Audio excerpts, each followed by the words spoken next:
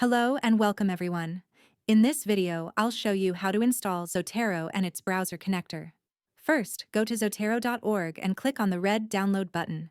This will take you to the download page where you can get both Zotero and its browser connector. Let's start with downloading the software first.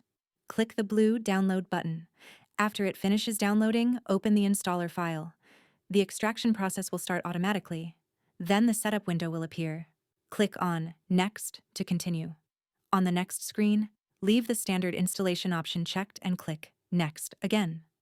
Now click Install to begin the installation process. This will take just a few seconds to complete.